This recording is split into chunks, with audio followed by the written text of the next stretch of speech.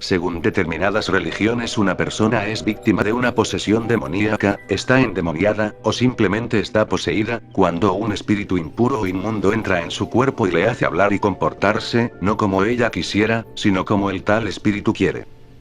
Acomódate bien, ya que estás a punto de ver los 5 casos más increíbles de posesión demoníaca.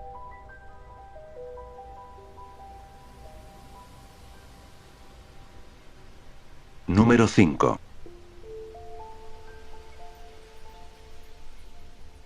El caso de Arnie Cheyenne Johnson es conocido por ser el primer juicio por demonio asesino. La defensa intentó demostrar que el acusado no era culpable de los crímenes cometidos, pues estaba poseído. Arnie asesinó a su casero en Connecticut, en 1981.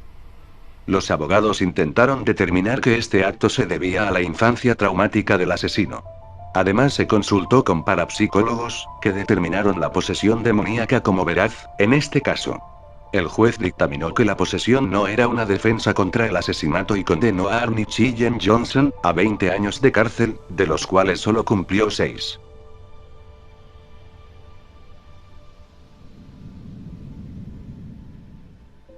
Número 4.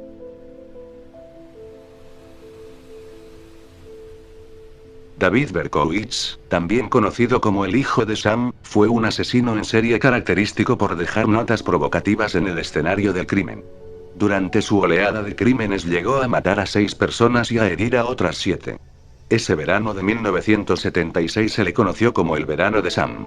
Cuando Berkowitz fue identificado y enjuiciado, confesó los crímenes alegando que fue por culpa de un demonio que lo había poseído. Fue condenado a 6 cadenas perpetuas, aunque su condena fue modificada en 1990 al haber pruebas que enlazaban a Sam con una secta satánica.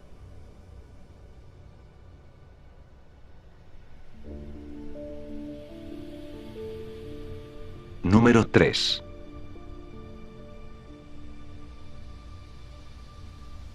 Este caso de posesión demoníaca es aquel en el que se basa el filme El Exorcista.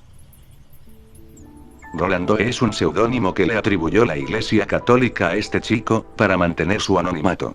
La historia se desarrolla a finales de 1940, cuando el pequeño Robbie intenta contactar con su tía fallecida, a través de la Ouija. Tras el intento, los demonios poseyeron el cuerpo del niño. Se decía que escuchaba voces que el resto no podía determinar, y que los objetos levitaban a su alrededor. El pánico surgió cuando aparecían mensajes en la propia carne del niño, escritas por unas garras invisibles, dejándole profundas heridas. El exorcismo se produjo bajo la aprobación de la iglesia, y el sacerdote tuvo que aplicar unas 30 sesiones que terminaron de forma agónica pero satisfactoria.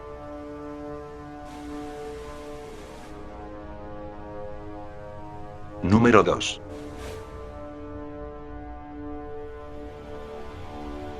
El caso de Clara Germana Cele ocurre en 1906, cuando esta estudiante cristiana de 16 años se encontraba en la misión de San Miguel, en Sudáfrica. Se cuenta que Clara, en algún tipo de ritual oscuro y sin motivo aparente, hizo un pacto con Satanás. A partir de ahí la muchacha era capaz de hablar y entender lenguas que para ella eran desconocidas, rechazaba los objetos religiosos y además tenía conocimiento de los pensamientos e historias de la gente que se encontraba a su alrededor. Los sacerdotes del lugar se encargaron de realizar un severo exorcismo sobre el cuerpo de Clara, que intentó estrangular a uno de ellos con su propia estola. Más de 160 personas llegaron a ver cómo el cuerpo de esta cristiana levitaba sobre el suelo. 2 días después del comienzo del exorcismo, los espíritus fueron expulsados del cuerpo de Clara.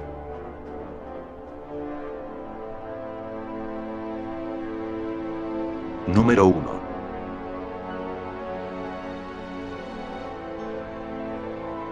El caso de Annalise Mitchell es uno de los casos más controvertidos y famosos, tanto es esto que su trágica historia fue llevada al cine en la película El exorcismo de Emily Rose. La historia real cuenta cómo Annalise, de 16 años y con antecedentes de epilepsia y problemas mentales, tuvo que ser ingresada en un centro psiquiátrico. En algún momento dado de 1973, la joven comenzó a desarrollar tendencias suicidas, escuchar voces, despreciando los artefactos religiosos, incluso bebiendo su propia orina. Los padres de Annalise sabían que su hija estaba poseída, pero la iglesia no permitió tales actos. Aún así, en secreto, dos sacerdotes locales le realizaron durante varios meses diversos exorcismos sobre su cuerpo. Su tratamiento de epilepsia y trastorno mental dejó de ser tratado por sus progenitores. Annalise terminó falleciendo en 1974, con 23 años, víctima del agotamiento.